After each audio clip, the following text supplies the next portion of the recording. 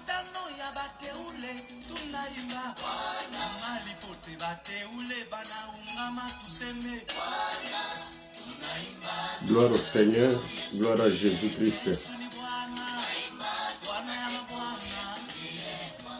Nous vous saluons dans le nom de Jésus-Christ.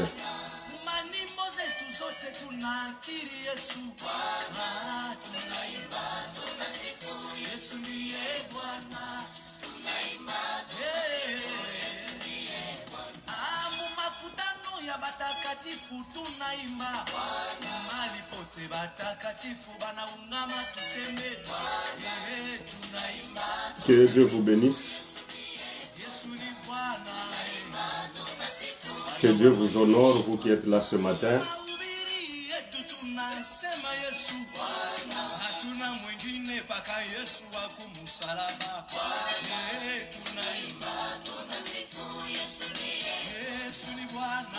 Partagez si vous le pouvez.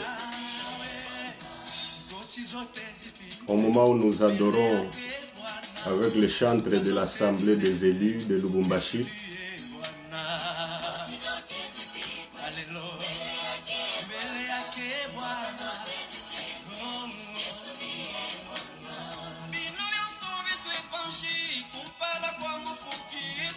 Invitez des amis, partagez la vidéo pour la gloire de Dieu. Je vois Maman Laurette, je vois Maman Laetitia, je vois le bien-aimé Rich depuis la Chine. Que Dieu te garde, mon frère.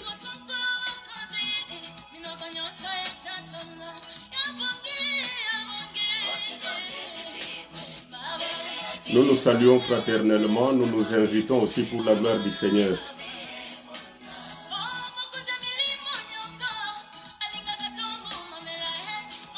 Benoît, que Dieu te bénisse pour le partage. Que Dieu vraiment te comble, mon frère.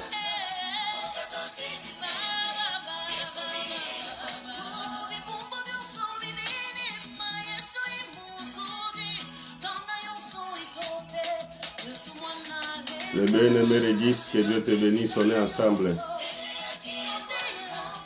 Je vois mon berger Gracia.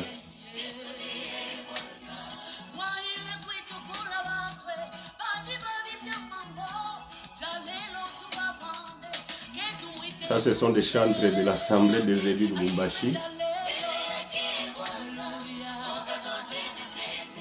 Nous louons avec eux pour la gloire du Seigneur.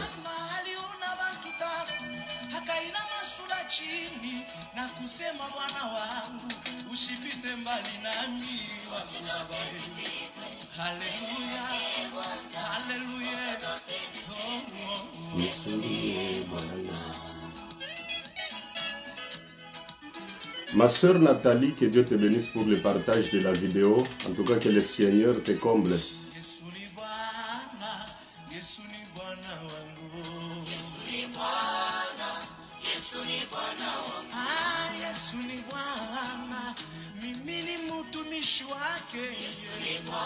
Nous nous saluons par un saint baiser les élus. Vous qui êtes connectés, que la grâce de Dieu coule sur vous comme de l'eau, comme de la pluie. Nous sommes bénis ce matin.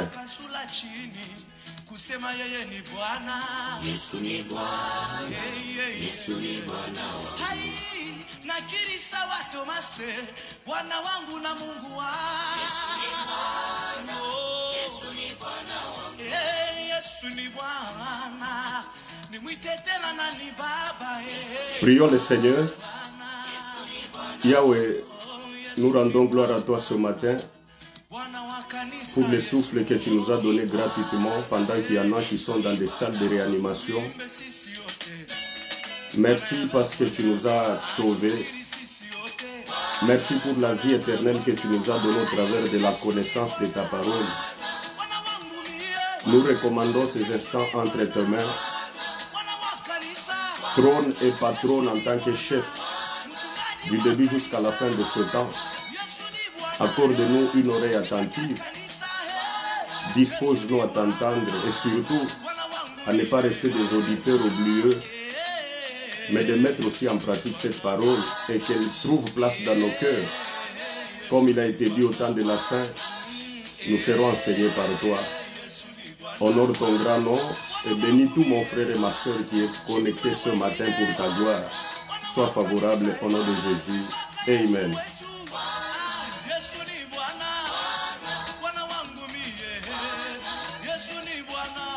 Nous nous saluons fraternellement. Je vois ma soeur Alice. Je vois le bien-aimé Riel. Je vois le bien-aimé Daryl. Je vois maman Philo. Que Dieu vous bénisse.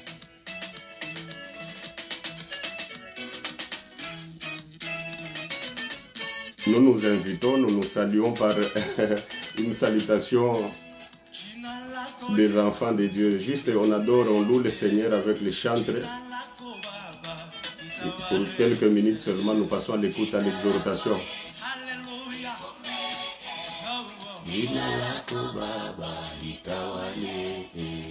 Jina la Bwana wa kanisa ni manukato ya harufu mzuri, sio maana tunampendaka Yesu avume, vuma jina lako Yesu lipome, jina lako Baba litawale. Mimi sina fedha, mimi sina dhahabu, nikupaka na jina la Yesu naomba livume, vuma. Gloire à Jésus, gloire à l'agneau de Dieu, gloire à celui qui nous a rachetés.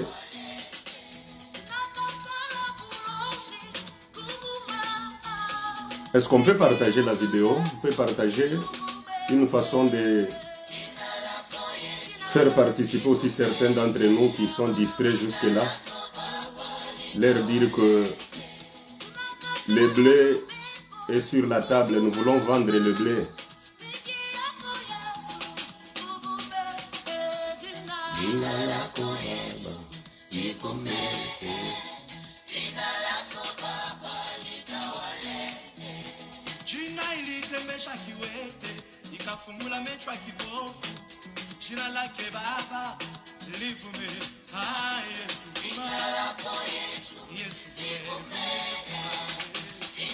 Gloire à Jésus.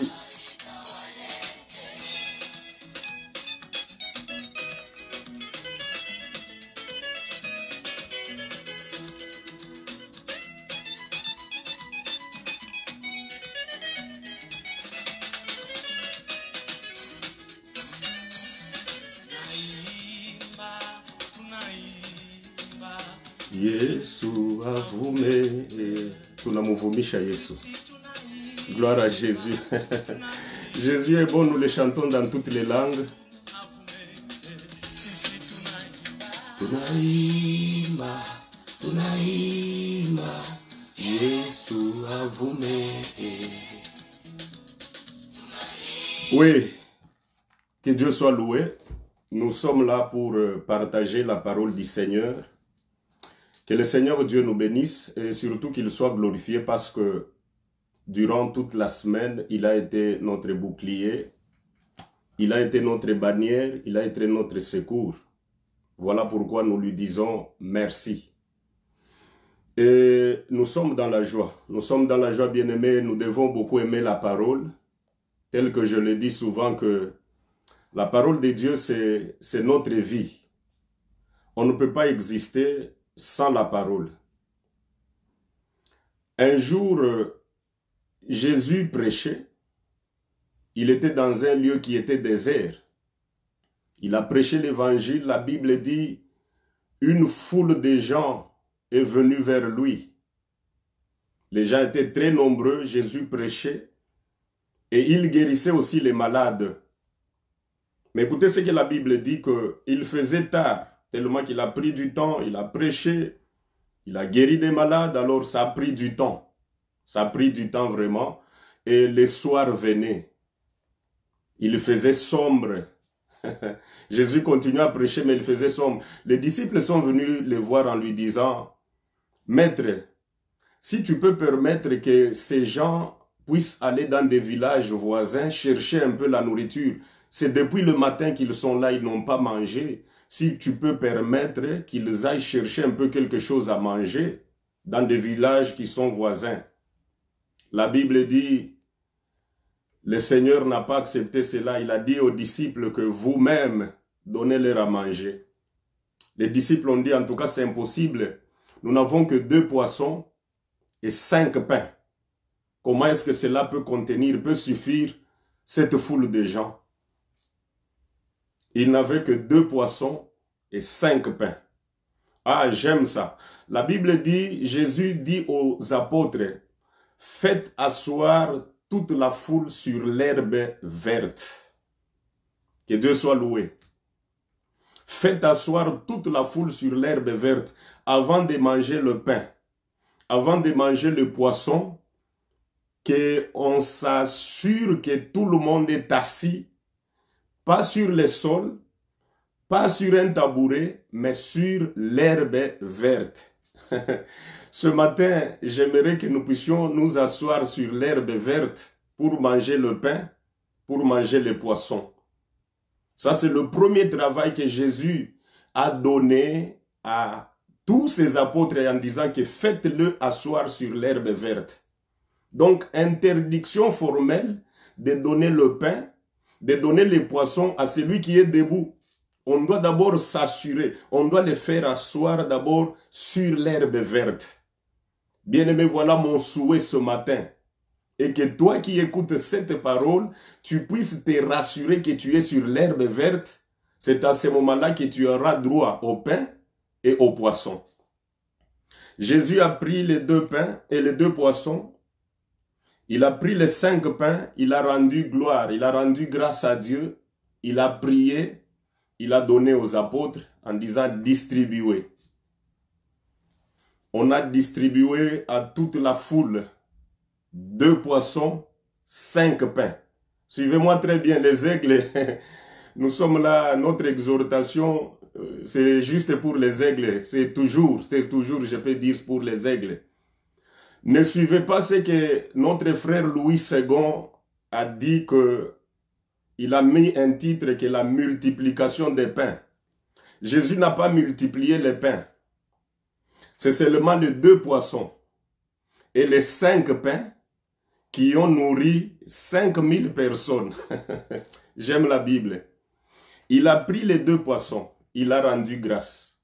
Il a pris les 5 pains, il a rendu grâce, il a donné aux apôtres.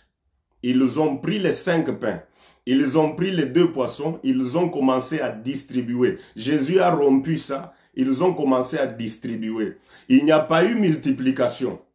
On n'a pas multiplié les pains, on n'a pas multiplié les poissons, c'est seulement 2 poissons et 5 pains qui ont nourri 5000 personnes, ils ont mangé.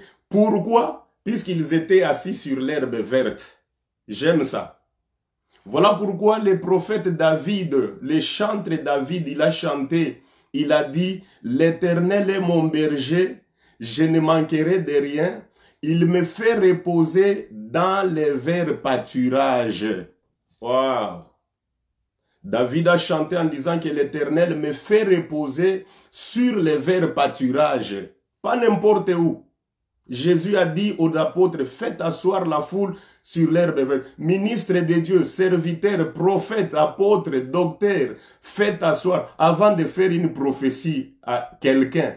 Avant de faire promesse à quelqu'un, avant de lui donner le pain et les poissons, rassurez-vous qu'il est assis sur l'herbe verte d'abord. Faites-le asseoir. Daniel se retrouve à Babylone. Le roi dit que Daniel, Ananias et Misaël doivent manger les mets que je mange. Ananias, Misaël et Azarias, Ananias et Misaël, ce sont les frères qu'on a changé les noms, Shadrach, Meshach, Abednego. Le roi a dit qu'il puisse commencer à manger sur sa table. Mais Daniel a dit non, je ne peux pas m'essuyer avec ce que le roi mange. Frère, regardez les privilèges. Notre président, le président ou bien le roi du pays, il appelle Daniel avec ses compagnons qu'à partir d'aujourd'hui, ce que moi je mange, vous allez aussi manger. C'est-à-dire, vous serez à la table du roi. Mais Daniel dit que non. Moi, on me donne seulement des légumes verts. Daniel avait la révélation. Je ne peux pas manger ce que le roi mange. Mais qu'on me donne seulement les légumes verts. Je vais manger. Et l'intendant, la Bible dit, il a essayé Daniel pendant 10 jours. Daniel ne faisait que manger les légumes verts. Sa santé était très meilleure que ceux qui mangeaient les mets du roi. Oh, ce matin, sois assis sur l'herbe verte. Pour manger le pain, pour manger les poissons, assois-toi d'abord. Même la nature nous enseigne. Si tu reçois quelqu'un chez toi, tu ne peux pas le servir pendant qu'il est debout. Tu prends d'abord soin de lui donner la place. Mais nous, notre place, c'est l'herbe verte. Frère, quand tu entres dans une église, rassure-toi s'il y a de l'herbe verte. Voilà pourquoi Rebecca a dit à l'ancien serviteur d'Abraham, viens, chez nous il y a de la pâturage, il y a du pâturage, il y a de la paille en abondance, il y a de l'herbe en abondance, viens avec tes chameaux, viens avec tes serviteurs, dans notre maison il y a de la paille, il y a de l'herbe verte. À l'assemblée des élus, il y a de l'herbe verte. Et nous nous asseyons pour manger. Oh, gloire à Dieu, quand les brebis viennent, ce jour-là, Marie est allée accoucher. Et quand elle a accouché, la Bible dit, elle a pris l'enfant Jésus et l'a mis dans une crèche. Quand les brebis qui étaient habituées à manger l'herbe verte sont venues pour manger, les brebis ont trouvé ce jour-là, dans la crèche, il n'y avait plus de l'herbe verte, mais il y avait un enfant qu'on appelle Jésus. Changement de sacerdoce. Et qui était habitué à manger de l'herbe verte, mais le jour où Jésus est né, le sacerdoce a changé. Ce n'était plus l'herbe verte, mais c'était toute une chair. Marie a pris Jésus, l'a mis dans la crèche, et les brebis devaient manger la chair. J'appelle les aigles. Aigles, venez autour du cadavre. J'ai amené un cadavre qui saigne, un cadavre qui est frais. Si vous êtes là, manifestez-vous, afin que nous puissions manger la chair, nous puissions boire le sang, pour être sanctifiés et pour vivre aussi éternellement. Que Dieu bénisse le frère Patrick, que Dieu bénisse la sœur Rachel. Je vous vois, que la grâce de Dieu soit sur vous abondamment. Nous allons lire les Saintes Écritures ce matin. Nous allons exhorter sur les vins nouveaux. C'est ça notre thème. Le dimanche passé, nous avions parlé sur avis de faire attention à ce qui est devant toi. Mais ce matin, nous avons notre thème, c'est les vins nouveaux. Les vins nouveaux. Nous sommes dans le livre de Jean. Je crois que le frère Benoît est là. Le frère Régis est là pour mettre les écrits. Jean chapitre 2, nous commençons au premier verset, c'est une longue lecture, je vais y aller rapidement. Vous qui avez partagé, qui continuez à partager, que la faveur de Dieu soit sur vous et que le Seigneur vous honore pour le travail que vous faites. 3 jours après, il eut des noces à Cana en Galilée, la mère de Jésus était là. Et Jésus fut aussi invité aux noces avec ses disciples. Le vin ayant manqué, la mère de Jésus lui dit, « Ils n'ont plus de vin. » Jésus lui répondit, « Femme, qu'y a-t-il entre moi et toi? Mon heure n'est pas encore venue. » Sa mère dit au serviteur, « Faites ce qu'il vous dira. » Or, il y avait là 6 vases de pierre destinés aux purifications des Juifs et contenant chacun 2 ou 3 mesures.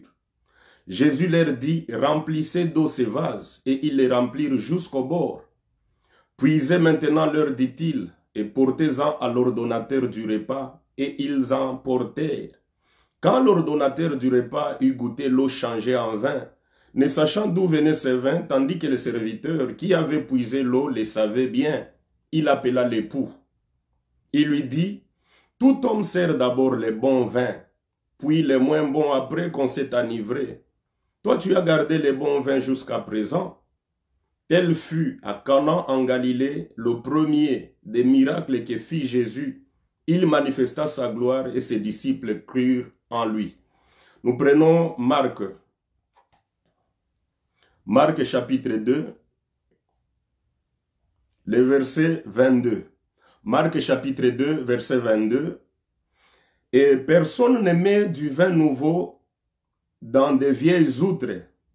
Autrement, le vin fait rompre les outres et les vins et les outres sont perdus, mais il faut mettre les vins nouveaux dans des outres neuves. Que Dieu nous bénisse. Que Dieu bénisse la présence de tous les aigles qui sont là ce matin. En tout cas, je vous aime dans l'amour du Seigneur. Chaque fois que nous nous retrouvons pour partager la parole, ça nous fait vraiment du bien, c'est tout un plaisir. Je demanderai votre attention et surtout cette interaction, chaque fois que vous suivez, chaque fois que vous écoutez, chaque fois que vous entendez quelque chose, honorez le Seigneur avec un Amen. Vous savez, nous, les Amen, on ne les réclame pas comme des taxes. Dites Amen que je parle. Dites Amen que j'avance. Dites Amen que je vous révèle. Non, non. Chez nous, nous contrôlons d'abord l'agneau, puisque Israël devait immoler l'agneau le 14e jour. Mais 4 jours sont là pour l'examen de l'agneau. Si l'agneau n'a pas de défaut, si l'agneau n'est pas infirme, si l'agneau n'est pas malade, donc on doit l'examiner 4 jours. Si on se rend compte que l'agneau est bon, il est sans défaut, on l'immole. C'est-à-dire, nous devons contrôler. Un agneau avec des défauts ne peut pas sauver. Un agneau qui a des défauts ne peut pas libérer le peuple.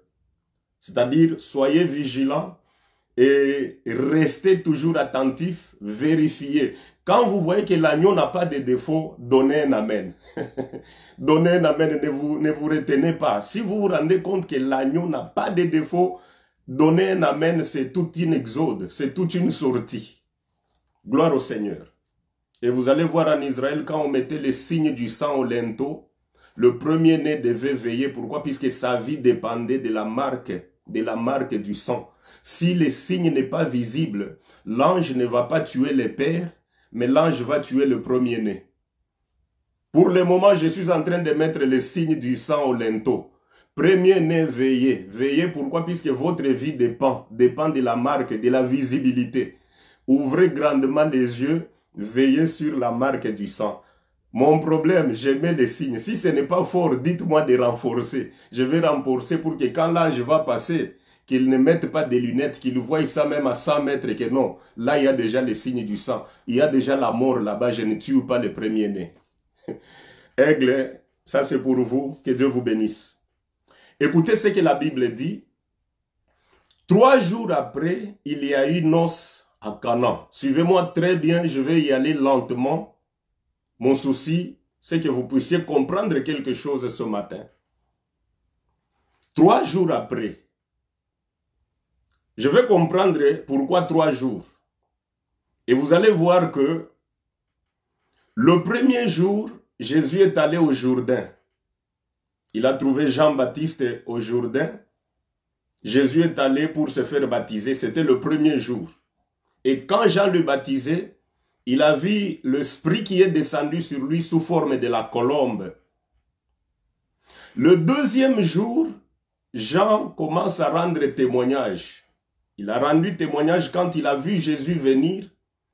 Il a dit, l'homme dont je rends témoignage est là. Voici l'agneau de Dieu.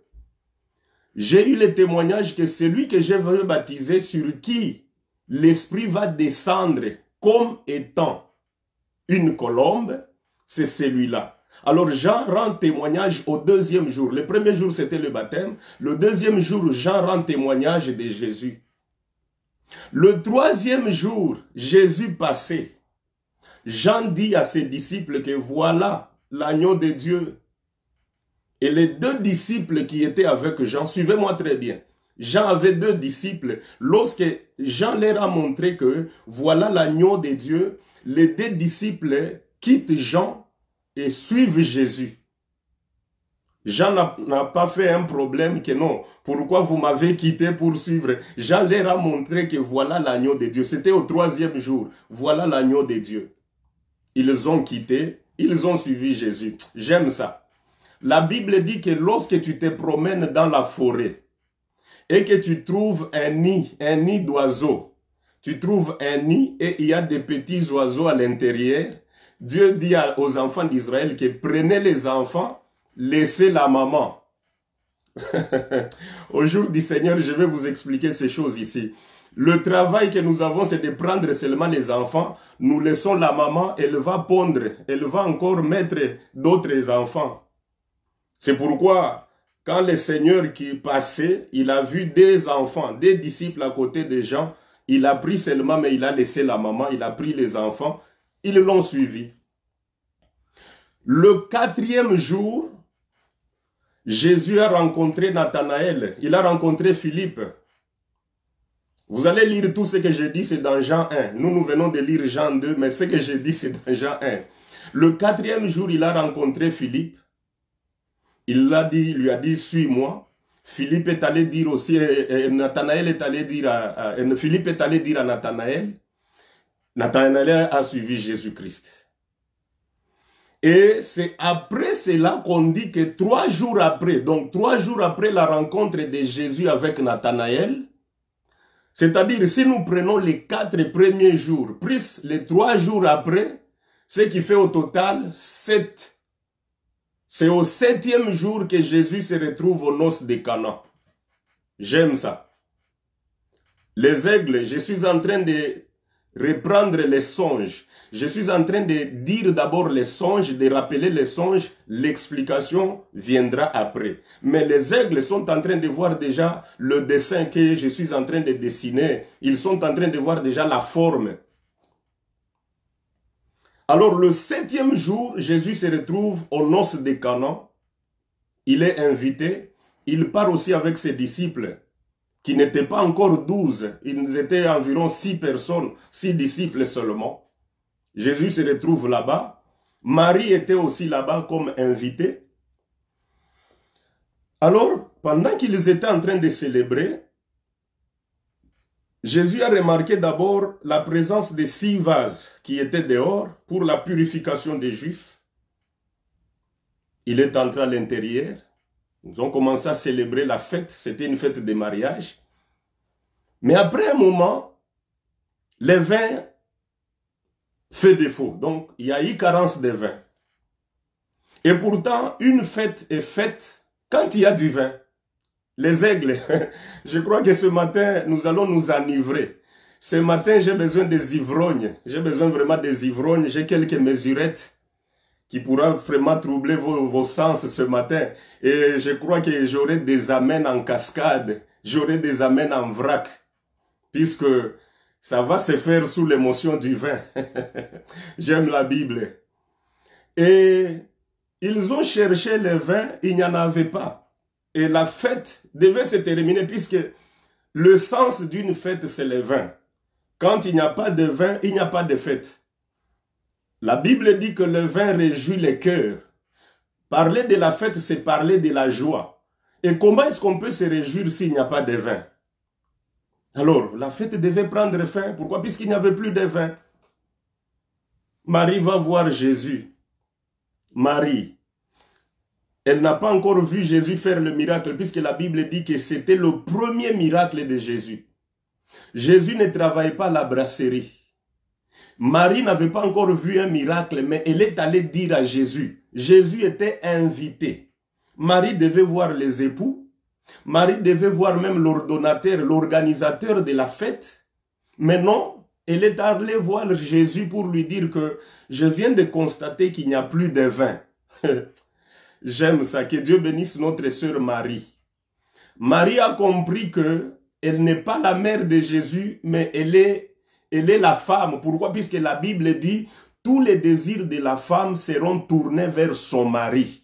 Dans le livre de Genèse chapitre 4, la Bible dit, tous les désirs de la femme seront tournés vers son mari. Voilà pourquoi Marie est allée voir l'époux, le mari, pour lui dire qu'il n'y a plus de vin. Cherchez une solution. Marie n'avait pas encore vu Jésus faire un miracle, mais néanmoins, j'aime ça, gloire à Dieu. Marie avait les prophéties sur Jésus. Quand l'ange Gabriel est venu, il lui a donné la prophétie et Marie a vu cela s'accomplir. Elle a gardé ça. Quand les mages qui étaient venus de l'Orient sont venus adorer Jésus, Marie voyait cela. Elle voyait cela. Comment est-ce que les mages ont quitté l'Orient? Que Dieu nous bénisse. Aigle, j'ouvre une parenthèse. Vous voyez dans Genèse chapitre 25, Abraham a donné des dons. Il a donné des dons aux fils de ses concubines. Il les a chassés. La Bible dit qu'ils sont allés à l'Orient. Ils ont pris les dons qu'Abraham leur avait donné, ils sont partis à l'Orient. Et ils devaient garder ces dons très bien puisqu'ils devaient rentrer adorer. Et quand Jésus est né, les mages qui étaient venus de l'Orient, les dons qu'ils sont venus adorer, ce sont les dons qu'Abraham leur avait donnés dans Genèse 25. Ils sont venus adorer le Seigneur avec ça. Puisque Dieu n'agrée que ce qu'il t'a donné. Dieu ne reçoit que ce qu'il t'a donné. S'il ne t'a donné rien, tu ne peux rien lui donner. S'il te demande quelque chose, c'est qu'il t'a donné.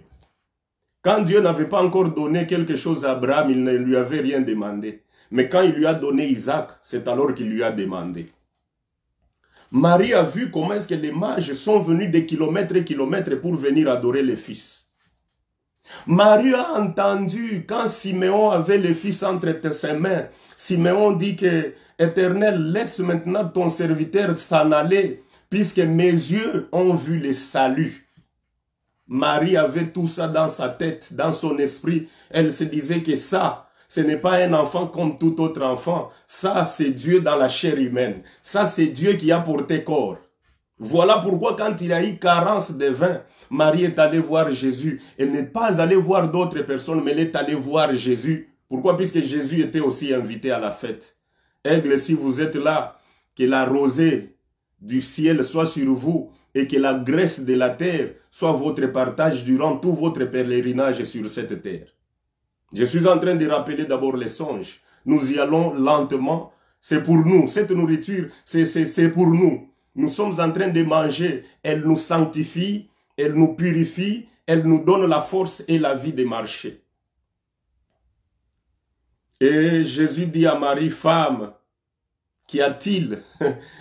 J'ai dit que Marie a compris que les désirs de la femme seront tournés vers l'homme.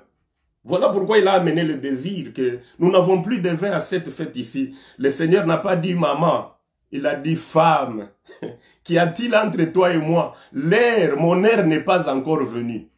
Mes frères, quelle heure? C'est-à-dire l'heure de donner le vin. Aigle, ça c'est pour vous. L'heure de donner le vin n'est pas encore venue. Qu'est-ce qu'il y a? Malgré cette réponse-là, Marie va voir les disciples. Il leur dit que faites tout ce qu'il vous dira. Ne doutez de rien. Ne discutez de rien. Tout ce qu'il vous dira, faites-le. Et dehors, il y avait 6 vases qui avaient 2 ou 3 mesures d'eau qui servaient à la purification des Juifs. Puisque quand les Juifs viennent, la première des choses, pour montrer l'accueil, on les lave d'abord les pieds. Et ça pouvait servir parfois à laver encore les assiettes, à laver les instruments qu'ils pouvaient utiliser. Et vous savez qu'on reprochait les disciples de Jésus qu'ils mangeaient sans toutefois se laver. Alors Jésus dit que remplissez ces vases-là. Et ils ont rempli jusqu'au bord. Il dit que donnez maintenant l'ordonnateur. On a amené le vin à l'ordonnateur. Suivez-moi très bien, je suis en train de rappeler d'abord les songes. Chez nous, nous allons du songe à l'explication. Nous allons de la chair au sang. Si tu nous amènes le sang, nous allons te demander la chair. D'où est-ce que tu as tiré ce sang ici? Amène-nous les deux. Et l'ordonnateur n'a pas bu, il a goûté. Suivez très bien mes mots. Ce sont les mots bibliques, je n'ai pas inventé ça. Il n'a pas bu le vin, mais il a goûté seulement. Quand il a goûté ce vin nouveau, il est allé voir l'époux. Il lui a dit, mais mon cher, qu'est-ce que tu nous as fait? On devait commencer d'abord avec ce nouveau vin. Il est meilleur. On commence d'abord avec un bon vin. Lorsqu'on est enivré, c'est alors qu'on peut prendre les moins bons. Mais toi, tu nous as laissé prendre d'abord les moins bons. Tu as gardé ces nouveaux ici. Tu les gardais pour qui et pourquoi? Et la Bible dit, tel fut. Tel fut. C'est à partir de ces verbes, de ces mots-là, que Jean dit que tel fut le premier miracle de Jésus à Canaan. On ne nous a pas dit que les gens qui étaient venus à la fête, ils ont bu. L'ordonnateur a goûté seulement et c'est fini. Que Dieu soit loué. Et si je vous laisse comme ça, Je ne suis pas différent d'un professeur d'histoire qui a lu la Bible et qui est venu relater l'histoire. Je ne suis pas différent d'un journaliste qui a bloqué les écrits, qui est venu les répéter devant sa caméra. Mais nous, notre problème, c'est l'explication de ce qui est écrit. Gloire au Seigneur. Mes frères, si vous allez dans une église, on vous lit les écrits et c'est fini. Ne quittez pas. Ne donnez pas l'offrande. Ne dites pas Amen. Ne sortez pas, dites au prédicateur qui explique-nous. Nous avons besoin de l'explication. Nous n'avons pas payé les transports. Nous n'avons pas mis les carburants dans les véhicules pour venir que tu nous relises seulement. Non, non. Nous sommes venus pour l'explication. Nous nous déplaçons pour l'explication. Notre vie, c'est dans l'explication. Frère, s'il y a un endroit où on vous lit seulement les écrits, ne quittez pas. Restez, attendez qu'on vous explique. Voilà pourquoi le Seigneur a dit, si on vous gifle à gauche, donnez aussi droite. Tel que je viens là, je viens de vous gifler à gauche. Ne partez pas, donnez aussi la joue droite. Donnez aussi la joue droite. C'est là même l'essence de cette écriture. Ce n'est pas des gifles physiques. Tu vas quelque part, tu es en train de prêcher, on te gifle. Tu as dit que non, Jésus avait dit si on te gifle à gauche, donne aussi droite. Tu auras des dents cassées. Il faut être prudent. On te gifle comme ça, fuis. On te gifle comme ça, recule un peu derrière. Puisque Jésus lui-même, il était devant les rois. On lui a posé la question, il a répondu, un militaire l'a giflé. On n'a pas vu l'endroit où Jésus a donné l'autre jour que non, giflez-moi. Comme j'ai dit qu'on te gifle, si gifle encore. Non, non. Jésus a posé la question au militaire, pourquoi tu m'as giflé? Qu'est-ce que j'ai fait de mal? L'explication de cette écriture, si on te gifle ici, c'est-à-dire, si je prends mes 5 doigts ici, je te gifle ici, c'est-à-dire, si je te relate l'écriture, hein, donne-moi l'autre jour que je te donne l'explication. Je dois te donner l'écriture et son explication. Voilà ce qui va te donner la vie. Gloire au Seigneur. Nous voulons maintenant entrer dans l'explication. Aigle, si vous êtes là, manifestez-vous. J'aime chaque fois, quand je vous vois manifester, ça me fait du bien. Mettez vos ailes. Nous faisons quelques degrés et nous voulons aller célébrer. Nous voulons aller nous enivrer dans les sphères. Prenez votre verre. Allons-y. Aigle, si vous êtes là, mettez les ailes. Prenez votre verre. Nous allons festoyer dans les airs. La fête d'aujourd'hui, la fête de ce matin ne sera pas sur la terre, mais nous allons fêter dans les airs. Pourquoi? Puisque c'est le sabbat, c'est le 7e jour. Manifestez-vous si vous êtes là, manifestez-vous, que le Seigneur Dieu vous bénisse. Jésus a remarqué d'abord une injustice. Je suis en train d'expliquer maintenant ma pensée, c'est une exhortation. Le Seigneur a remarqué d'abord une injustice. Quelle est cette injustice? Il a remarqué que 6 vases étaient dehors. 6 vases étaient abandonnés. 6 vases de pierre étaient rejetés. Ils ne servaient qu'à la purification. Et pourtant, ces vases étaient en pierre. Prophétiquement parlant, je dirais que c'est tout un homme, ces vases-là, puisqu'ils étaient 6. Et la Bible dit, Jésus, c'est la pierre qui a été rejetée par les bâtisseurs, mais devenue la principale de l'angle. Ces vases ont été abandonnés, on les a négligés, on les a rejetés, mais avec le temps, ils seront valorisés. Prophétiquement. Mais j'entre dans la connaissance pour dire à quelqu'un ce matin, ne t'en fais pas. Ne t'en fais pas, Dieu que je prêche, c'est un grand metteur en scène. Le Dieu que je suis en train de prêcher ce matin, c'est un grand metteur en scène. Sois là où tu es, ne t'en fais pas, il te voit. Il te connaît, même si tu traverses des moments compliqués, tu es au fin fond, on dit que tu vis dans la brousse, on dit que tu n'es pas connu, tu vis parfois dans une seule pièce, une seule chambre coupée par un rideau, tu fais les roumettes parfois avec 3-4 personnes, tu es parfois sous-estimé. Ne t'en fais pas, il te voit, il te connaît et il est en train d'organiser une circonstance pour toi. Je t'annonce cette bonne nouvelle ce matin. ne te tourmente pas, ne t'en fais pas. Il te connaît. Les hommes peuvent te rejeter. Les hommes peuvent t'abandonner. Les hommes peuvent te négliger, dire que oh, celui-là, ce sont des vases qui sont juste destinés à la purification des pieds. Ce sont des vases parfois qui sont abandonnés, juste ça purifie les pieds seulement. C'est trop sale, on ne peut pas s'en occuper. Mais le Seigneur sait valoriser. Le Seigneur sait tirer de l'extérieur à l'intérieur. Le Seigneur sait tirer des pieds à la bouche. J'aime ça. Gloire au Seigneur. Les aigles, j'espère que chacun a son verre. Chacun a son verre. Je sais que ce matin, nous allons nous enivrer. J'ai besoin des ivrognes ce matin. Si tu pourras prendre 3, 4 verres, gloire à Dieu. Que Dieu soit loué. J'ouvre une parenthèse. Ces vases étaient dehors.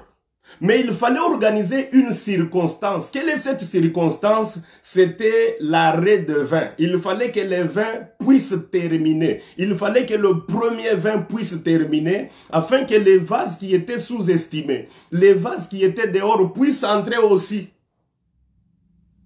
Je prends dans la révélation ces 6 vases comme étant un peuple qui était dehors, un peuple qui n'avait pas de valeur, un peuple qui était abandonné. Mais il faut qu'il y ait une circonstance pour qu'une porte s'ouvre, afin que ceux qui étaient dehors entrent aussi à l'intérieur. J'aime Jésus. Si vous êtes avec moi, honorons le Seigneur. Faites un commentaire, donne gloire à Dieu ce matin. Pourquoi? Puisqu'il est un grand metteur en scène. Une femme, aigle, mettez les ailes, nous allons prendre quelques degrés. J'ai dit que la fête de ce matin, c'est dans les airs. Si tu n'as pas des ailes, en tout cas, tu vas nous contempler de loin. C'est ce que le prophète avait dit, que tu verras, mais tu ne mangeras pas. Tu verras, mais tu ne vas pas manger. Tu vas nous contempler seulement de loin, en train de festoyer, en train de bouger les ailes. Mais que mon Dieu te donne des ailes ce matin. Prends même un petit, puisque nous sommes dans quelques degrés. Monte pas main vide avec ton verre, puisque nous sommes en train d'être servis. La Bible dit ceci, une femme qui était femme d'un des prophètes, elle a vu le prophète Élisée en train de passer, elle a crié, « Homme de Dieu, viens à mon secours. Mon mari est mort. » Et il a laissé la dette.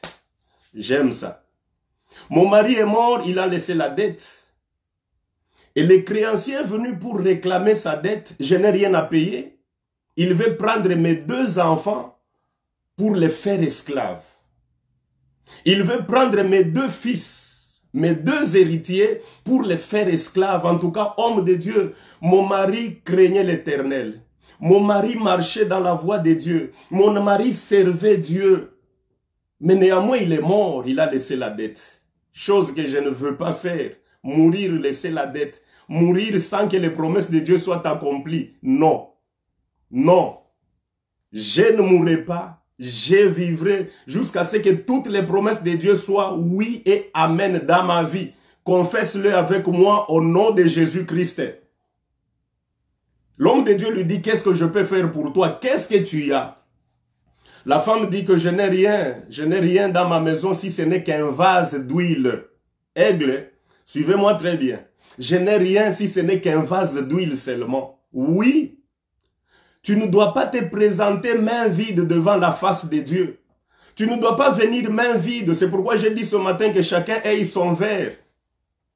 Tu ne dois pas te présenter main vide.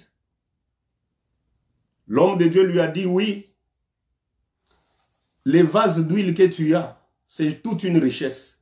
Va prendre, demander à tes voisins des vases qui sont dehors. Suivez-moi, je vais expliquer les vases qui étaient dehors. Pourquoi est-ce qu'ils doivent entrer à l'intérieur?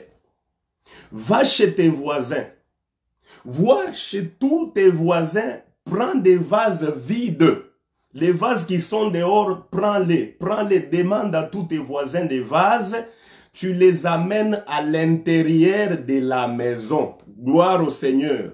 Que Dieu bénisse tous les aigles qui sont scotchés ce matin, qui sont connectés ce matin pour écouter la parole et l'évangile de Jésus de Nazareth.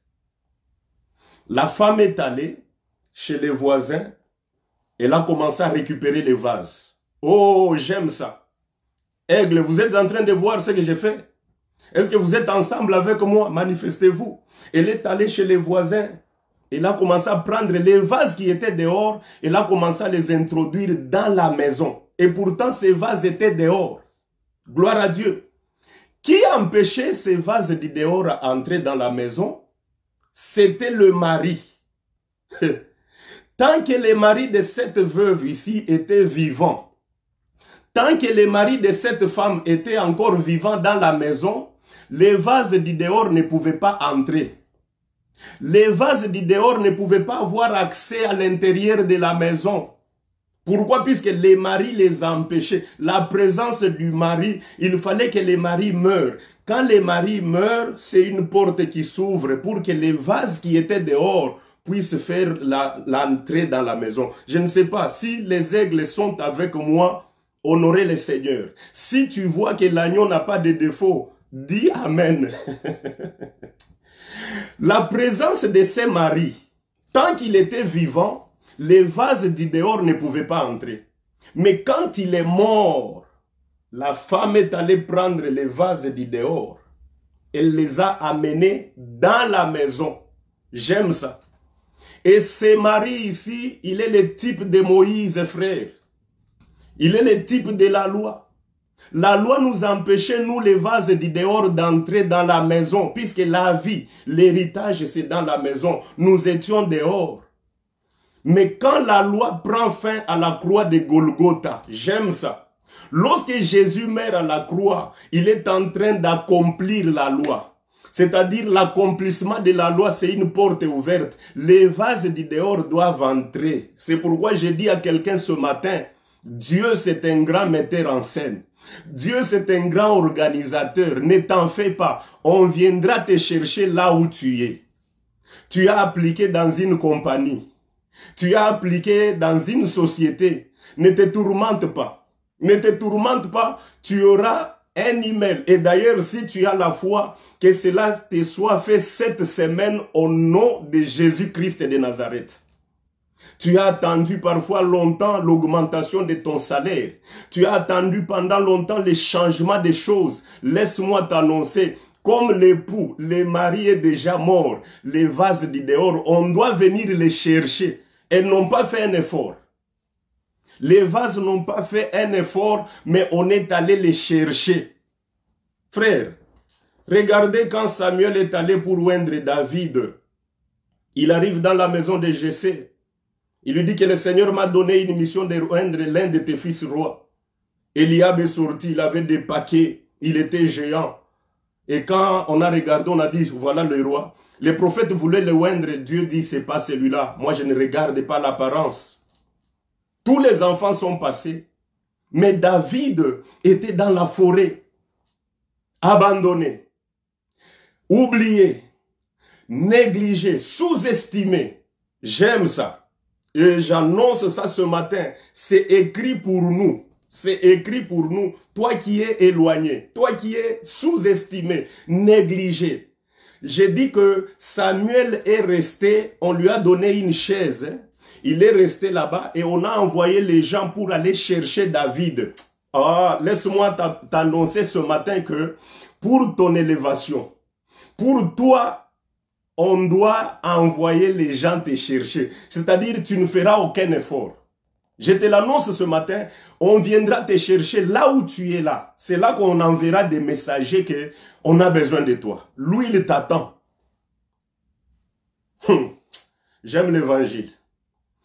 On a pris les vases du dehors. Frère, les vases n'ont fait aucun effort. Les vases ne se sont pas dit que non, non, faisons un effort, allons-y. Non, non, ils étaient toujours là. Les vases, ils étaient toujours là, ils attendaient leur temps. Frère, Dieu travaille avec le temps. Il gère le temps, il gère les circonstances. C'est pourquoi j'ai dit, nous avons un grand metteur en scène, l'homme de Jésus de Nazareth. On a pris les vases qui étaient dehors, on les a amenés dans la maison. Pourquoi? Dans la maison, il y avait un seul vase qui avait de l'huile. Un seul vase qui avait de l'huile. Regardez ce mystère. Les vases étaient dans la maison et l'homme de Dieu avait dit à cette femme que lorsque tu entres, ferme la porte. Et prends maintenant les vases qui a de l'huile, commence à verser dans d'autres vases. Waouh! Aigle, ouvrez grandement les yeux, bougez les ailes. Regardez cet acte prophétique. Si les vases sont au même niveau, j'aime ça, les élus aiment beaucoup ça. Si les vases sont au même niveau, les seuls vases qui a de l'huile ne peuvent pas remplir. Pourquoi? Puisqu'ils sont au même niveau. Ils ne peuvent pas remplir. Il faut que le seul vase qui a de l'huile soit soulevé.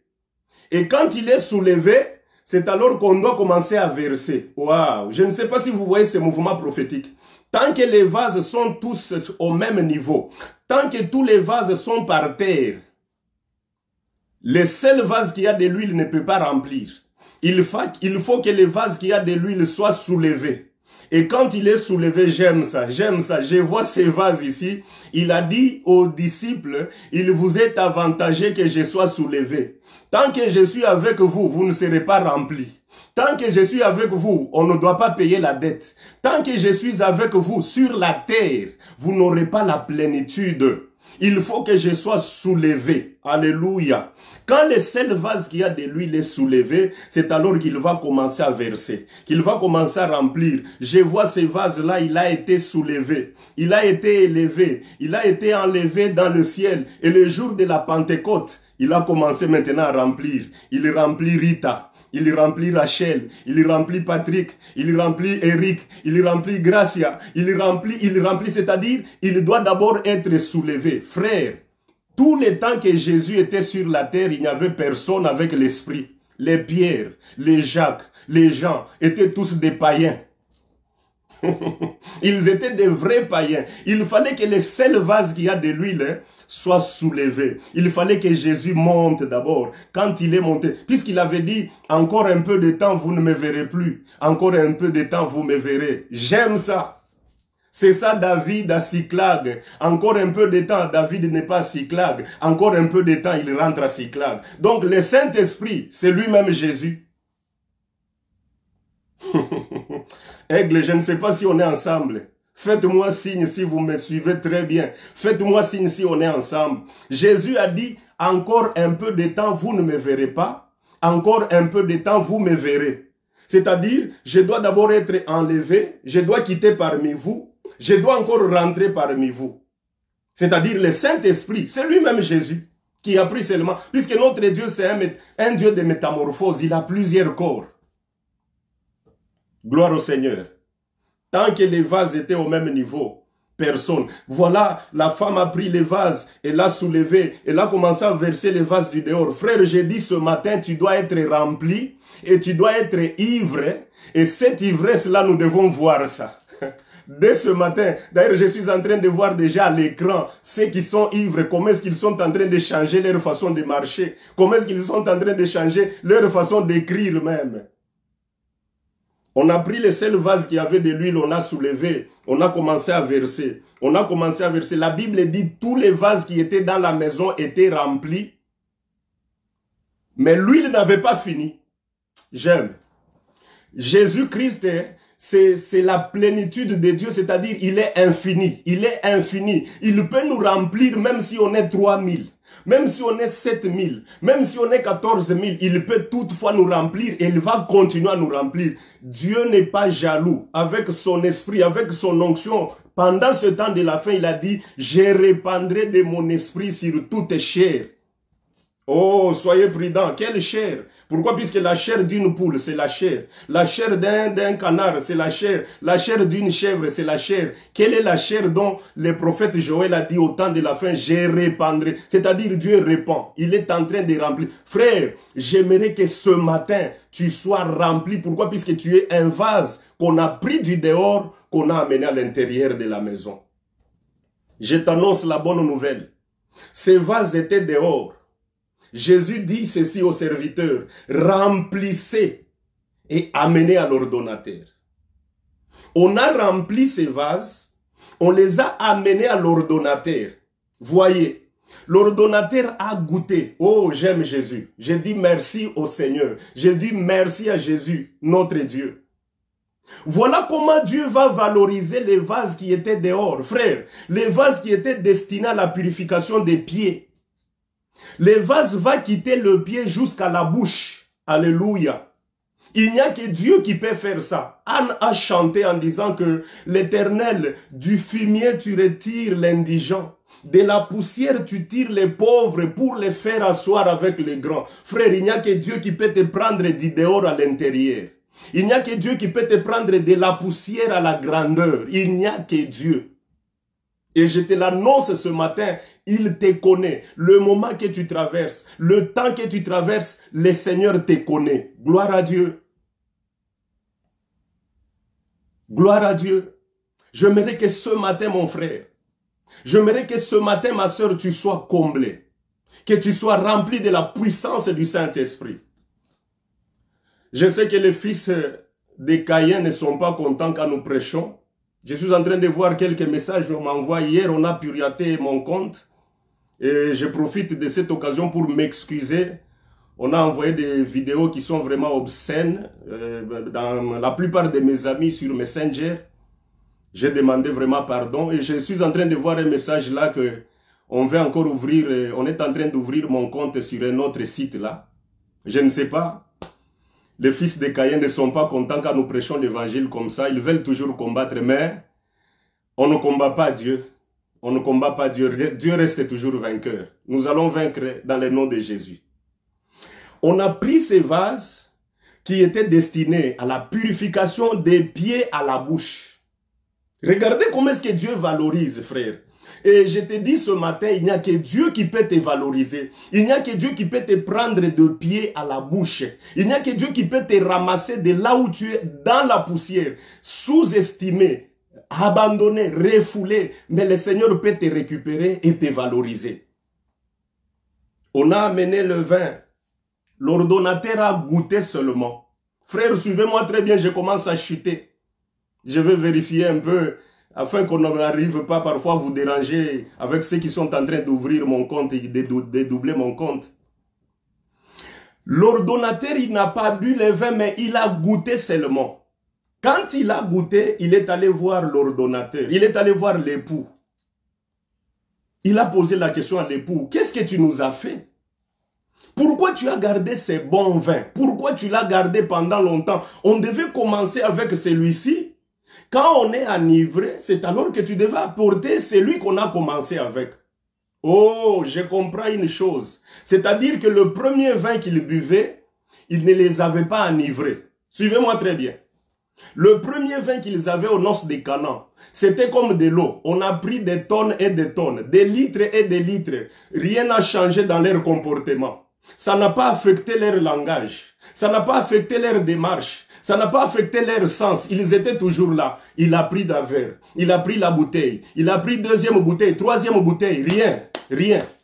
Mais quand l'ordonnateur a goûté le deuxième vin, les vins nouveaux, quand il a goûté seulement, il a dit, mais non, on devait commencer avec celui-ci. Quand on est enivré, on devait maintenant prendre celui qui est comme de l'eau. C'est pourquoi je dis ce matin, j'ai besoin des ivrognes. J'ai besoin des ivrognes, puisque les jours de la Pentecôte, on a vu des ivrognes en train de crier. Pourquoi? Puisque quand les vins entrent, il doit changer, frère. Tu ne dois pas dire aux gens que non, j'ai pris 4 casiers, j'ai pris 18 verres, j'ai pris 4 bouteilles. Non, non, nous devons voir seulement. Quand on te regarde, on dit qu'il est ivre.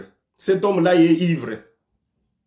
Et j'aimerais qu'on te reconnaisse que même l'apôtre Pierre, il a nié Jésus. Il était au fait quand Jésus était arrêté.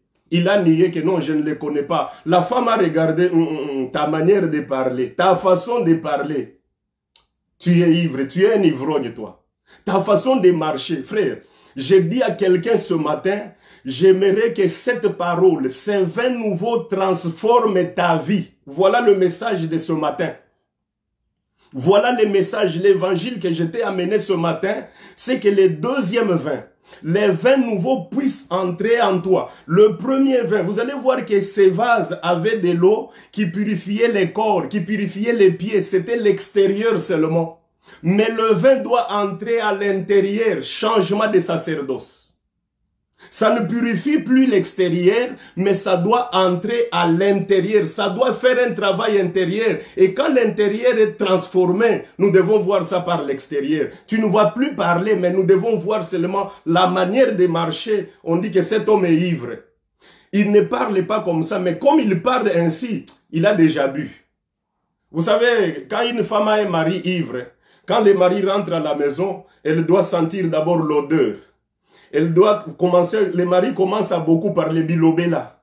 Commence à avoir cet esprit de bilobéla, parler, chaque fois parler. Donc lui n'est pas comme ça, mais s'il commence à parler comme ça, il a déjà bu. Frère, j'aimerais que ce matin, qu'on remarque un changement dans ta vie. Ta façon de marcher, ta façon de parler, qu'on voie que non, cet homme est ivre. Il n'a pas seulement bu, mais il est ivre. Pourquoi? Puisque le deuxième vin, le premier vin, on l'a pris, il n'a pas affecté, il n'a rien changé. Les gens étaient toujours là. Ils ont pris des casiers, des litres, des tonnes, rien n'a changé. Mais quand l'ordonnateur a goûté seulement le deuxième vin, il a goûté seulement. Oh, laissez-moi vous dire dans le livre des Cantiques, chapitre 7. La Bible dit que ta bouche distille le vin. Waouh! Waouh, je vais chuter avec ces versets-là. Ta bouche est en train de sortir les vins. Donc, la bouche de Salomon est en train de distiller, est en train de sortir les vins. Oh, j'ai dit ce matin que les vins, c'est un enseignant. Donc, à Canaan, il y avait une bouche qui parlait. Avant l'arrivée de Jésus, il y avait une bouche qui parlait à Canaan. Cette bouche, quand elle parlait, les gens étaient toujours là. Les gens n'étaient pas touchés. Les gens ne disaient pas Amen. Les gens n'étaient pas affectés. Ils étaient toujours là. Et il y en a même qui dormaient. Mais quand la deuxième bouche est venue, gloire à Dieu, Jésus vient mettre fin à la première bouche. Jésus vient mettre fin au premier vin. Jésus vient mettre fin à la première alliance, au premier enseignement, à la loi de Moïse. Et il amène la grâce. Frère, la grâce c'est la deuxième bouche. Quand il parle, on doit dire personne n'a parlé comme celui-ci. Le deuxième enseignant, le premier enseignant c'était Moïse. Le deuxième enseignant, c'est Jésus-Christ, frère. Il doit te séduire ce matin. Il doit t'enivrer avec de belles paroles. Et ça n'a pas changé les gens le premier vin. Ça n'a pas touché, ça n'a pas affecté les gens le premier vin. Mais quand le deuxième vin est arrivé, l'ordonnateur a goûté seulement la deuxième alliance. Oh, l'ordonnateur ce matin, mes frères, c'est tous les prophètes de l'ancienne alliance, ils représentent l'ordonnateur. Tous les prophètes de l'ancienne alliance. Ça, c'est pour les aigles. Tous les prophètes de l'ancienne alliance, ils représentent l'ordonnateur qui a goûté. Pourquoi j'ai dit ça? Vous allez voir que les prophètes de l'ancienne alliance, ils n'avaient pas l'esprit de Dieu en permanence. La Bible dit quand il y avait nécessité, l'esprit de Dieu est descendu sur Élie. Après avoir prophétisé, l'esprit de Dieu rentre. L'esprit de Dieu saisit Samson. Après avoir fait un travail, l'esprit de Dieu rentre. C'est ça goûter. Ce n'est pas boire, mais c'est dégoûter. Il goûtait seulement la grâce. Il goûtait seulement l'esprit de Dieu. Mais l'esprit n'habitait pas en eux. Il goûtait seulement. Voilà, les rassemblements de tous les prophètes de l'ancienne alliance représentent l'ordonnateur qui a goûté. 1 Pierre chapitre 1 verset 10, il nous dit que les prophètes qui ont prophétisé touchant la grâce qui nous était réservée, ils voulaient sonder. Ils voulaient comprendre le temps, mais il leur a fut révélé qu'ils n'étaient que des simples dispensateurs. C'est-à-dire, ils ont goûté seulement. Frère, aujourd'hui, nous devons boire le vin. Pourquoi? Puisque nous sommes dans cette nouvelle alliance. Attention, le vin dont je parle, ce n'est pas le whisky. Le vin dont je parle, ce n'est pas de Johnny Walker, mais le vin dont je parle, c'est le Saint-Esprit, l'onction du Saint-Esprit, l'enseignement de la grâce. Nous devons être ivres de l'onction du Saint-Esprit, de l'enseignement de la grâce aujourd'hui. Voilà pourquoi j'ai dit que ceux qui étaient aux noces de Canaan, ils n'ont pas bu le deuxième vin. Suivez-moi très bien. L'ordonnateur a goûté. J'ai dit que cet ordonnateur, c'est les prophètes qui recevaient seulement l'esprit. Après avoir prophétisé, l'esprit quitte. Mais nous, aujourd'hui, nous devons avoir la permanence. Nous devons avoir la plénitude du Saint-Esprit. Même à 2 heures du matin, même à 4 heures, même à 1 heure, à n'importe quelle heure, l'Esprit est avec nous. C'est lui le bon compagnon. Gloire au Seigneur. Le premier vin, il n'a pas changé, il n'a pas affecté les hommes. La loi n'a pas donné la vie. La loi n'a pas donné les saluts. La loi n'a pas transformé des vies. Mais le deuxième vin qui est la grâce. Et la grâce, Israël n'a pas eu la grâce. Pourquoi Israël, c'était lui qui était à la fête aux noces de Canaan. Marc chapitre 2, verset 22 que nous venons de lire, dit qu'on ne peut pas mettre les vins nouveaux dans des vieilles outres. Les vieilles outres, c'est Israël. Les vieilles outres, c'est le peuple qui était aux noces de Canaan. Les vins nouveaux ne peuvent pas, puisque si on met des vins nouveaux dans des vieilles outres, la Bible dit, premièrement, les outres vont se casser. Deuxièmement, nous allons perdre le vin. Voilà pourquoi ceux qui étaient aux noces de Canaan, ils n'ont pas bu le deuxième vin. Ils étaient seulement dans l'ancien vin qui ne les a pas enivrés, qui ne les a pas transformés. Mais on a gardé les nouveaux vins pour de nouvelles outres. Et ces nouvelles outres, c'est de toi et c'est moi l'église aujourd'hui. Est-ce que tu peux dire Amen? Est-ce que tu peux glorifier le Seigneur du fait qu'il a préparé un vin nouveau pour toi?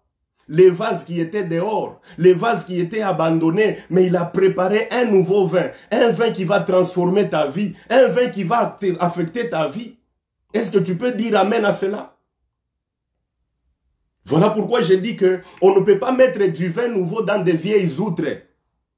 On a besoin de nouvelles outres. On a besoin d'un peuple nouveau. Ce peuple nouveau-là, c'est l'église aujourd'hui. L'église, nous devons boire ces vins nouveaux. Nous devons vivre la grâce de Dieu. Frère, j'ai dit que le vin, ce n'est pas le whisky, ce n'est pas le Johnny Walker. Le vin, c'est l'enseignement de la grâce. Le vin, c'est l'onction du Saint-Esprit aujourd'hui. Nous devons vivre la plénitude. Pourquoi? Puisque le vin, c'est un enseignant. Je donne un exemple. Quelqu'un, quand il n'a pas encore bu le vin, suivez-moi, c'est avec ça que je vais clôturer, que Dieu vraiment vous bénisse, vous qui êtes là. Quand quelqu'un n'a pas encore bu de vin, il quitte le boulot, même à 18 h, il se dit, bon, je vais aller dans ces petits coins-là, je prends seulement une bouteille. Hein. Là, tous les sens sont normaux. Il se dit à lui-même, je prends seulement une bouteille, même à 20 h, je rentre à la maison pour aller voir ma chérie. Il va dans le petit coin là. Oh, barman, une bouteille seulement. Je vais passer un peu, quelques minutes seulement, je rentre. Il n'a pas encore le vin. Quand le vin entre en lui, il est en train de prendre, le vin commence à lui enseigner. Pourquoi tu veux rentrer à la maison avant l'heure comme ça? Les enfants vont te faire les bruits. Ta femme, tu sais qu'elle t'avait demandé ça, tu ne lui avais pas donné. Le vin commence à l'enseigner. Est-ce que tu ne peux pas ajouter encore une autre bouteille? Il est encore 21 heures. Pourquoi rentrer à temps comme ça? Bon, barman, une autre bouteille. Quand l'autre bouteille entre, le vin est en train de l'enseigner. Pourquoi tu es égoïste comme ça? Tu as l'argent avec toi, mais tu vois cette table-là, ils n'ont rien, ils n'ont plus de vin. Est-ce que tu ne peux pas leur donner quelque chose? Barman, ajoute une bouteille, donne-leur. Ah non, on n'a pas l'argent. Non, je vais payer pour vous. Donne-leur une bouteille. Vous voyez comment est-ce que le vin est en train d'enseigner? Le vin est en train de transformer. Quand les sens étaient normaux, l'homme est allé que non, je prends seulement une bouteille, je rentre. Mais quand le vin entre à l'intérieur, ça commence à lui apprendre même l'amour. Achète pour les autres. Et après un temps, le vin lui dit, comment tu es très mou comme ça, la musique joue comme ça, toi tu... L'homme se tient debout, il commence à exhiber quelques pas de danse. Un homme respectueux, quand tu le regardes comme ça respectueux, mais le vin, ce n'est plus lui, mais c'est le vin qui travaille à sa place. Oh, que Dieu bénisse les frères Paul. Le frère Paul dit qu'aujourd'hui, ce n'est plus moi Paul qui vit, mais c'est Christ, c'est le vin qui travaille à moi. Dites Amen là où vous êtes les aigles. Ce message est pour vous. Que ce message transforme vos vies au nom de Jésus-Christ. L'homme qui était respectueux avec des vestes, il commence à danser. Il commence à exhiber quelque part des danses. Oh, pourquoi? Puisque le vin est en train de faire son travail. Le vin est en train... Et il était parti pour rentrer à 20 h, mais il se retrouve à 2 h du matin. Frère, celui qui est ivre n'a pas peur. Je t'annonce ce matin que cet évangile de la grâce puisse sortir la peur au nom de Jésus. Quitte la peur.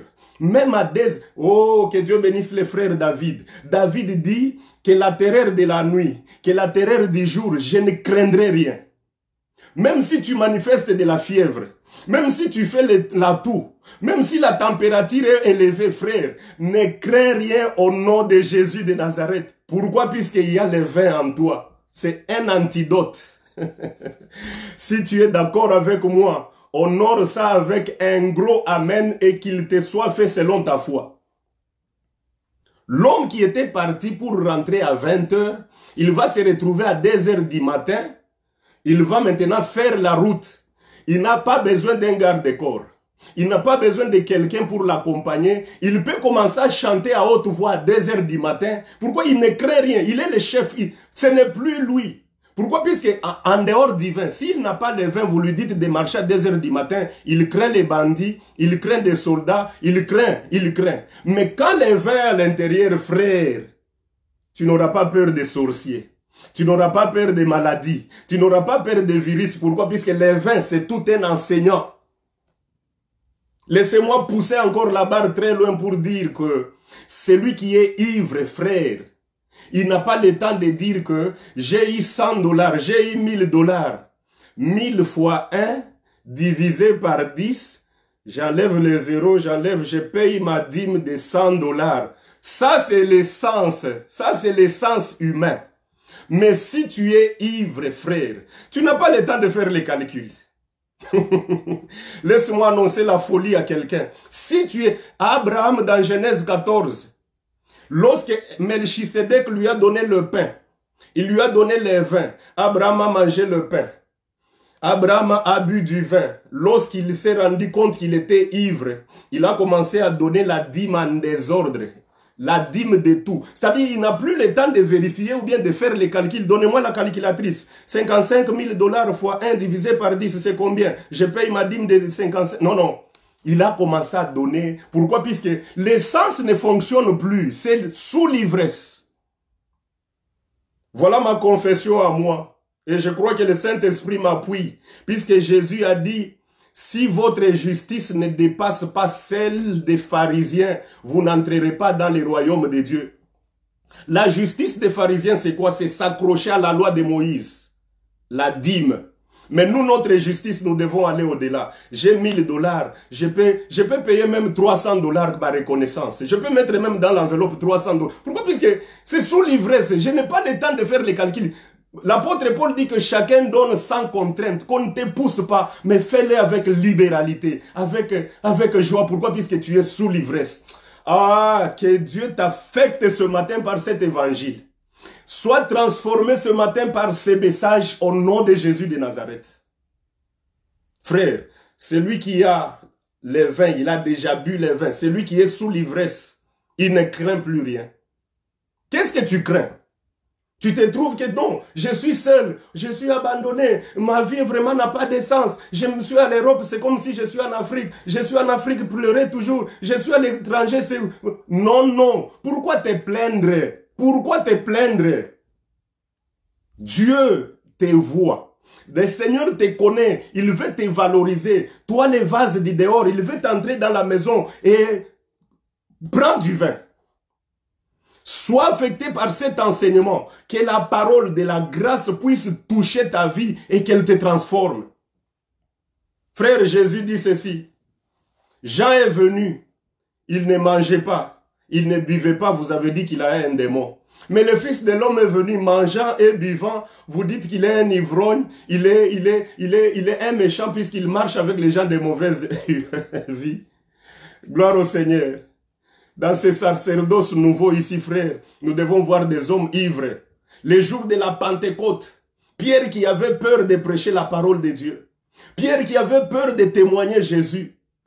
Parce qu'il avait l'essence avec lui, il craignait. Mais quand les jours de la Pentecôte, les vases étaient remplis du vin, les vases a débordé, la Bible dit, ils sont sortis dehors. On les entendait chacun parler dans la langue. On les attendait, ils ont commencé à parler à haute voix. Et on a dit, ces gens sont ivres. Frère, on arrête Pierre. On lui dit, à partir d'aujourd'hui, ne parle plus de Jésus. Pierre dit, faudra-t-il obéir à Dieu ou bien à vous? Frère, tu es ivre comme si...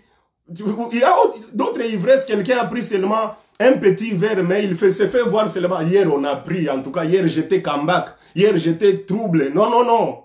Non, nous devons voir seulement. Même si tu ne nous dis pas, quand on te regarde, on dit que ce frère, depuis qu'il a crié au Seigneur, il est devenu foutu.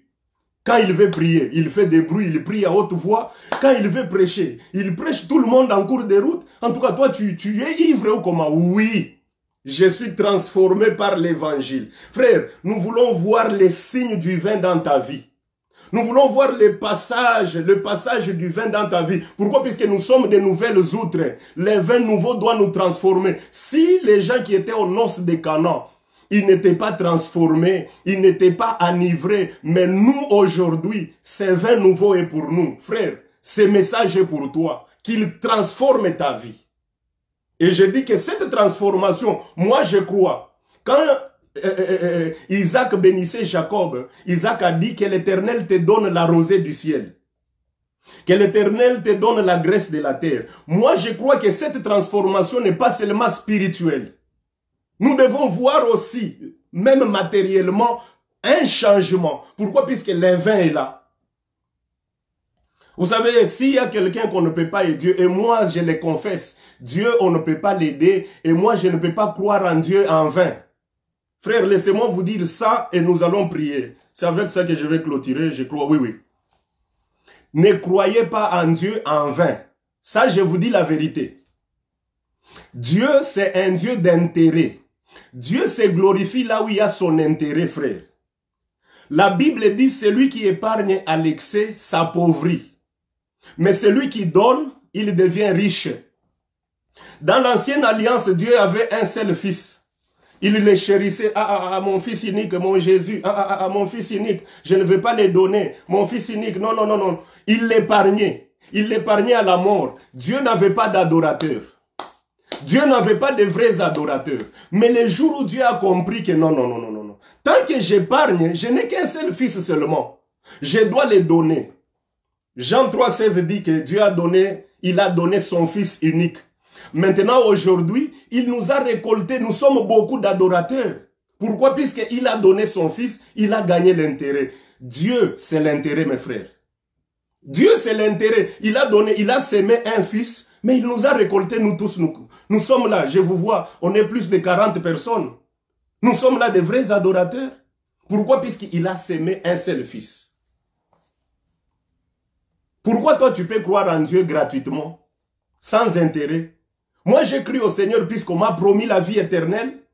Pas seulement la vie éternelle, on m'a promis aussi les centuples. Malgré des persécutions, mais on m'a promis les centuples.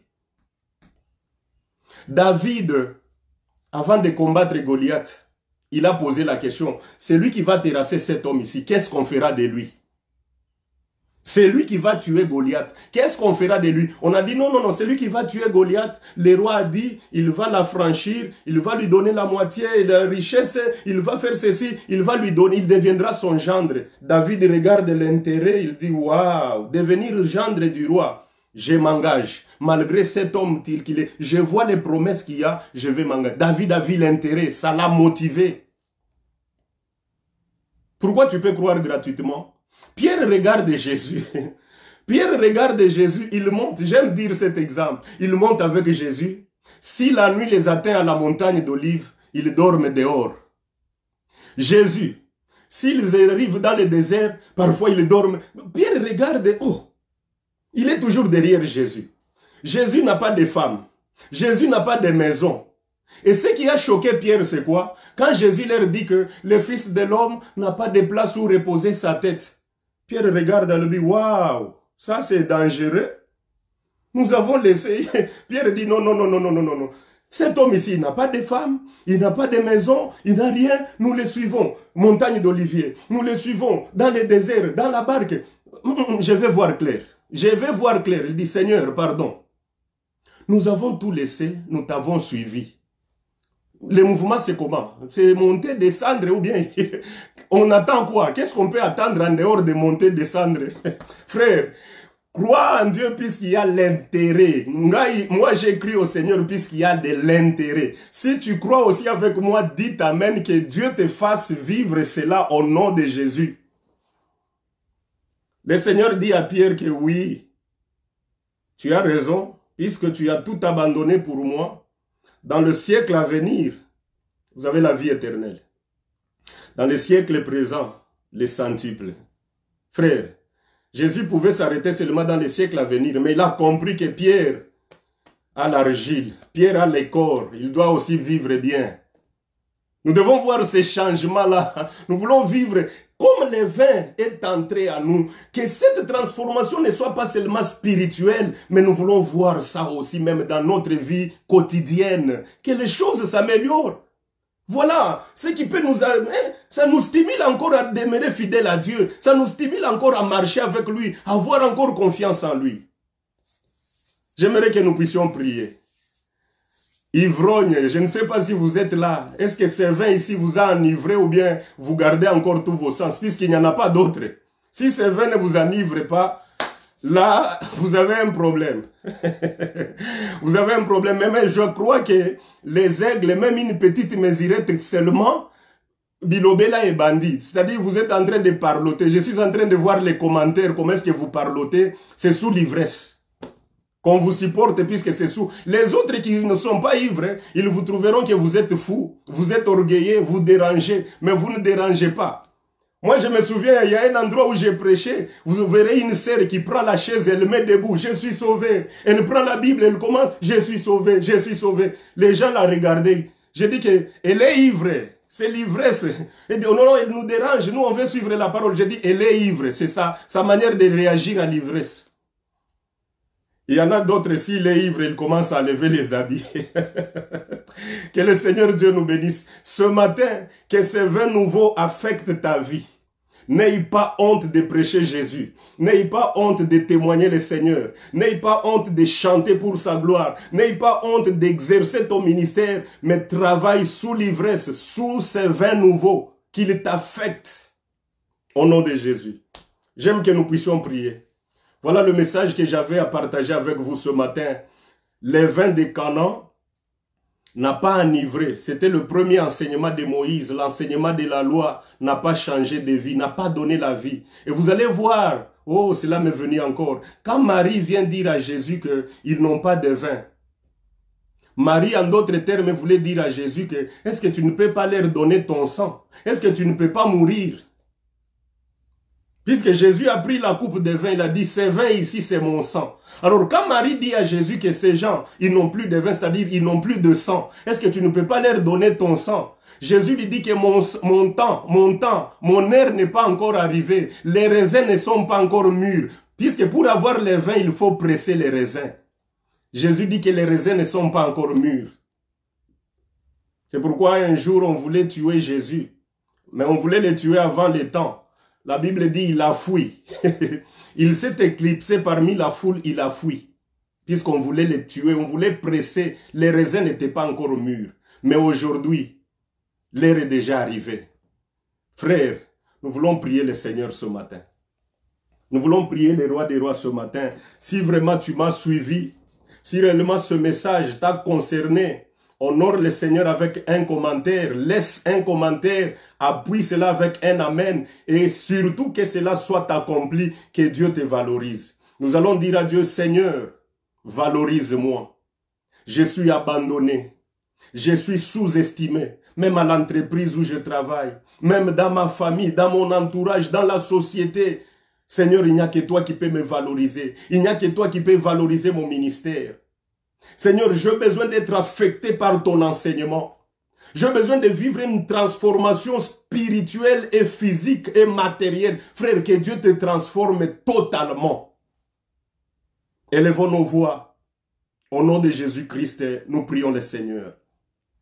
Yahweh, Dieu d'amour, Dieu de miséricorde et Dieu de faveur, nous bénissons ton nom ce matin puisque tu nous as aimés.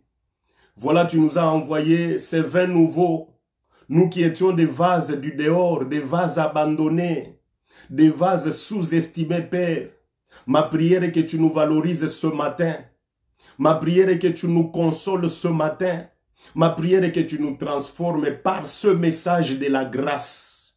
Au nom de Jésus de Nazareth, laisse que tu touches mon frère et ma sœur qui s'est senti lésé, abandonné, isolé, sous-estimé, frustré, stressé par des difficultés, des problèmes. Yahweh, rassure-le ce matin que tu les connais et tu les vois et que tu les ramènes dans la maison afin qu'ils soient remplis au nom de Jésus. Que le message de ce matin affecte des dons, des ministères qui avaient tari, qui avaient été étouffés, qui étaient éteints au nom de Jésus. Que la puissance du nom de Jésus, que la puissance de cet évangile puisse réveiller, puisse encore se manifester dans tout un chacun de nous.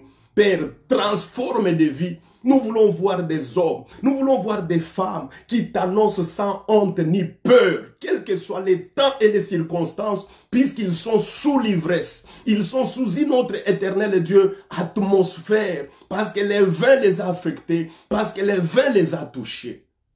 Je rends gloire à toi, puisque tu as dit que ta parole ne peut jamais sortir et rentrer sans effet, qu'elle actionne des vies, qu'elle transforme des vies ce matin. Je prie avec foi et je déclare un changement, une transformation réelle dans la vie de quiconque a écouté ce message ce matin. Au nom de Jésus, nous avons ainsi prié, nous disons Amen. Que la grâce de Dieu reste sur tout un chacun de nous. Nous allons nous retrouver le dimanche prochain si les maîtres tardent à revenir. Les bien-aimés qui sont avec nous sur le groupe WhatsApp, jetez un coup d'œil le soir. Nous allons poster notre programme de prière pour la semaine.